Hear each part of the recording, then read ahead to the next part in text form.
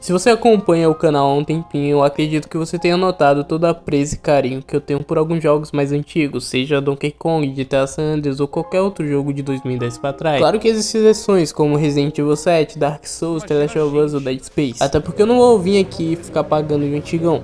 Até porque eu não sou. E eu só fiquei com o PS2 durante anos porque eu sou pobre mesmo. Diferente de algumas pessoas que amam tacar hate em alguns jogos por simplesmente não serem da forma que elas gostariam. E eu não tô falando de fazer críticas, porque existe uma enorme diferença entre crítica e hate. E pra deixar claro, isso aqui não é indireta pra literalmente nenhum YouTube que possa fazer críticas mais sinceras sobre algum jogo. Até porque eu não tenho nenhum tipo de preconceito com isso. Eu tenho até amigos que fazem. Mas a real é que hoje a gente veio falar de Resident Evil Village, que veio junto com Resident Evil 7 pra tentar quebrar um grande tabu dessa série de jogos. Porque se a gente olha pra trás, percebe o quanto essa franquia foi se moldando pra grande mídia e assim perdendo vários jogadores que curtiam a antiga essência do jogo, sendo um clássico jogo de terror e sobrevivência que fazia com que várias pessoas tivessem um certo receio de jogar, principalmente pelo suspense que o jogo criava e não só por ter medo de levar um sustinho que nem na maioria dos jogos hoje em dia. Claro, talvez eu seja um dos principais hates de FNAF, mas eu sinceramente tenho o mesmo motivo, até porque o jogo foi baseado em uma mecânica básica e criou toda a história porque seus criadores precisavam vender seu peixe e sugar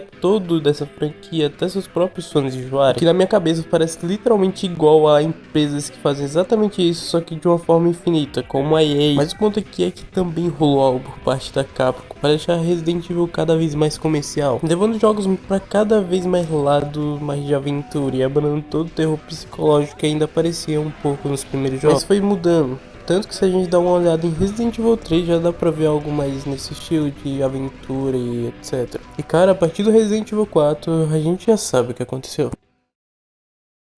Resident Evil 4.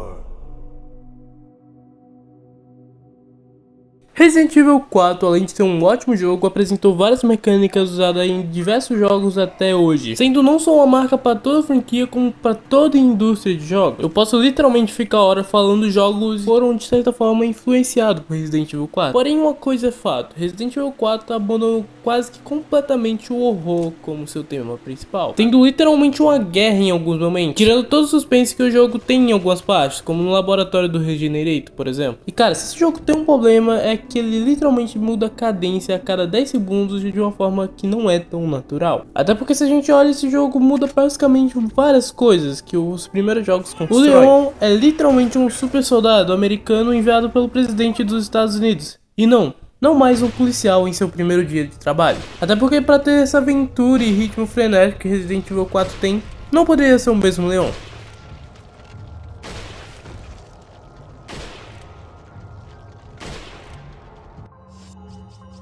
Toma no cu, o cara não morre, velho! Calma. Calma o caralho! É hoje que eu como um cu.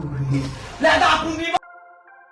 Porém, as coisas ficam assustadoras quando a gente vê que esse aqui ainda foi o mais fiel nos dois primeiros jogos. Resident Evil 4, apesar de se afastar, ainda tinha várias coisas que faziam ser Resident Evil, apesar de, claro, não ser igual aos primeiros. Aqui você consegue sentir tensão em vários momentos, e isso é bom. Agora o que vem a seguir é, na real, bem difícil de explicar. Você não consegue sentir nada de intenção na maioria da parte desse jogo, até porque em sua maioria esse jogo virou um Call of Duty de zumbi, tendo de novo um super soldado, ainda mais apelão, que soca pedras gigantes com as mãos. E não, eu não tô brincando, isso realmente tá no jogo. Ele tá... Mano, como que ele vai empurrar uma pedra desse tamanho, velho? Ele tá dando soco na pedra! Se passando na África com um clima mais tropical, a série perdeu todo o horror que tinha, mantendo literalmente só a ação do quarto jogo, o que faz isso aqui não parecer Resident Evil nem ferrando. Assim como Resident Evil 6, que eu me recuso a perder meu tempo falando, já que o jogo virou basicamente um monte de coisas aleatórias juntas, que não dão nem absolutamente nada. Por ter 3 campanhas, o jogo tenta mudar as características de cada uma, o que literalmente não dá nem um pouco certo, já que nenhuma funciona de verdade. E pra uma franquia que já tava se afastando de seus fãs antigos, isso foi uma pá de areia pra enterrar toda a franquia Resident Evil.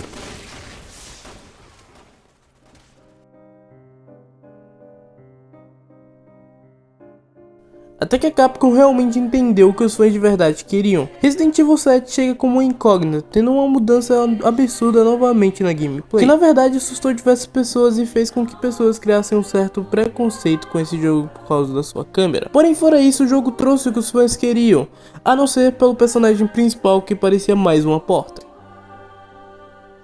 Todo mundo de Resident Evil 7 era bem mais palpável que os dos jogos anteriores. Todos os vilões tinham realmente características próprias, sendo bem marcantes e que davam realmente medo em alguns momentos. Tensão a nível máximo a todo momento, com cenários escuros e estreitos por ser só uma casa como era nos jogos antigos. E ai, pra quem realmente gostava de Resident Evil, o sétimo jogo da franquia principal agradou boa parte desse pessoal. Até quem era fã dos primeiros jogos adoraram boa parte dos resgates que esse jogo fez. Até o ano passado, onde foi lançado Resident Evil Village.